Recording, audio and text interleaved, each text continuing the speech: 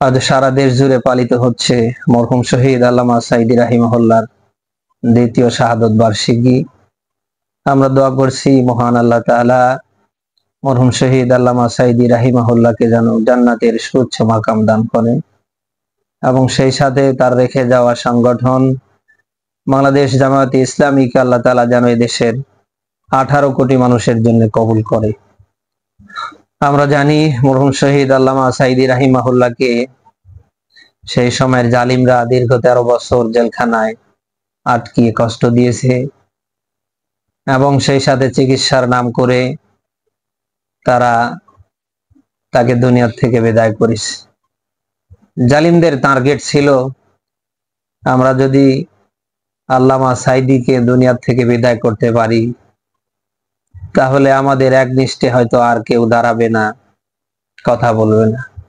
কিন্তু বাস্তব কথা হচ্ছে রাখে আল্লাহ মারে কে, মারে আল্লাহ রাখে কে। আমরা দেখতে পাচ্ছি জালিমদেরকে আল্লাহ তাআলা এমন ভাবে ধ্বংস করেছে যে বাংলাদেশে যেন তাদের শিকড় সহ আল্লাহ পাক উপড়ে ফেলে দিয়েছে।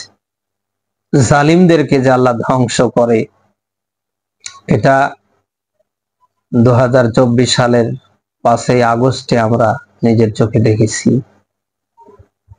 আল্লাহ কোন জনপদে যখন কোন জালিমকে স্বৈরাচারকে ধ্বংস করে শুধু আল্লাহ ধ্বংস করেই শেষ করে না, একেবারে ওর নাম নিশানা ওর শিকড় সহ আল্লাহ তাআলা আউট করে ফেলে। ঘর থেকে বের হলেই আমরা দেখতে পেতাম একদিকে বঙ্গবন্ধুর ছবি, অপরদিকে হাসিনার ছবি। মসজিদ বাদ দিয়ে বাংলাদেশের প্রত্যেকটা অফিস, আদালত, মিল, কল কারখানা, ফ্যাক্টরিতে আমরা দেখেছি হয় বঙ্গবন্ধুর ছবি নতুবা হাসিনার ছবি।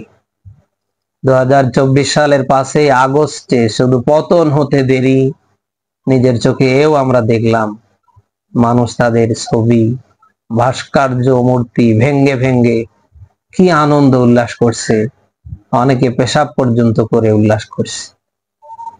তো জালিমদেরকে যখন আল্লাহ তাআলা ধ্বংস করে এভাবেই জালিমদের শিকড় সহ আল্লাহ ধ্বংস করে ফেলে। আজ বাংলাদেশে এমন একটা পরিবেশ জালিমদের জন্য তৈরি হয়েছে, আগামীর 100 বছরেও এই বাংলাদেশে অন্তত সেই সময়ের জালিমরা নতুন করে মাথাচাড়া দিয়ে উঠবে এমন কোনো সম্ভাবনা নেই।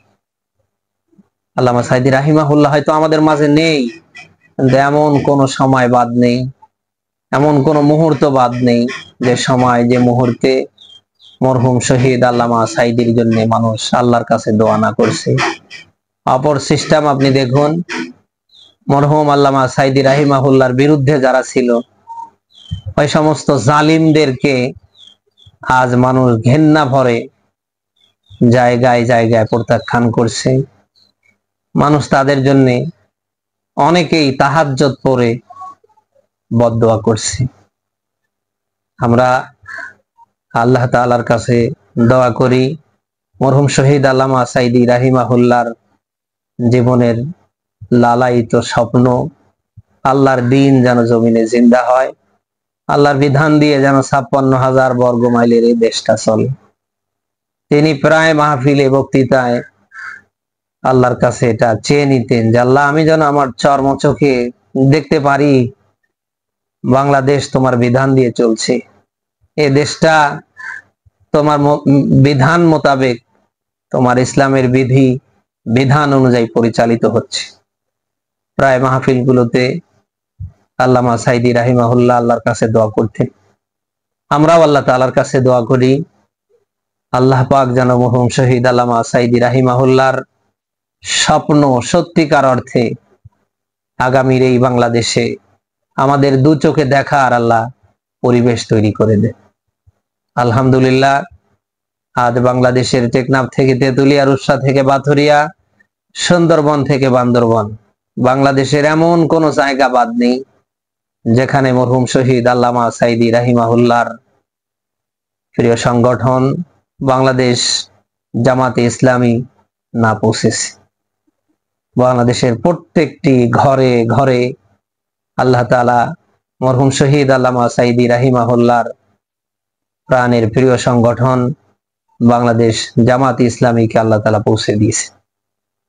এমন একটা পরিবেশ আমরা দেখতে পাচ্ছি, যদি আগামীর এই বাংলাদেশে সুষ্ঠু ভোট হয়, মানুষ যদি নিরপেক্ষভাবে তার প্রার্থীকে ভোট দেওয়ার সুযোগ পায়, আমার দৃঢ় বিশ্বাস এই বাংলাদেশ জামাত ইসলামী বিপুল পরিমাণে ভোট পেয়ে সরকার গঠন করবে ইনশাআল্লাহ। ঘর থেকে বের হলেই আমরা এখন মানুষের মুখ থেকে অন্তত এই কথাটা শুনতে পাচ্ছি, আমাদের অমুককে দেখা শেষ, তমুককে দেখা শেষ। সামনে আল্লাহর কোরআন দিয়ে যারা দেশ চালাতে চায়, সামনে আমরা তাদের দেখতে চাই। অনেকে বলছে অমুকের শাসন দেখা শেষ, তমুকের শাসন দেখা শেষ, আমরা সামনে জামাতে ইসলামীর শাসন দেখতে চাই। অনেকে বলছে আগামীর বাংলাদেশ হবে জামাতে ইসলামীর বাংলাদেশ।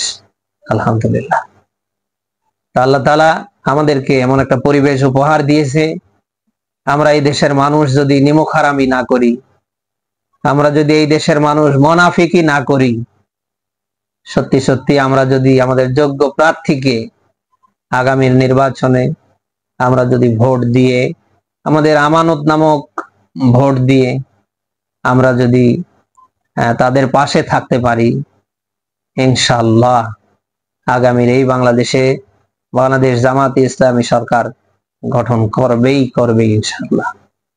এই জন্য আসুন আমরা সবাই দল মত নির্বিশেষে বাংলাদেশ জামাতে ইসলামীর পক্ষে কাজ করি। আগামীর এই বাংলাদেশে জামাতে ইসলামী কি করে নেতৃত্ব দিতে পারে, ওই পক্ষে আমরা প্রত্যেকেই চেষ্টা করি। আল্লাহ তাআলা মরহুম শহীদ আল্লামা সাইদি রাহিমাহুল্লাহর প্রাণের প্রিয় সংগঠন বাংলাদেশ জামাতে ইসলামীকে আল্লাহ তাআলা যেন কবুল করে।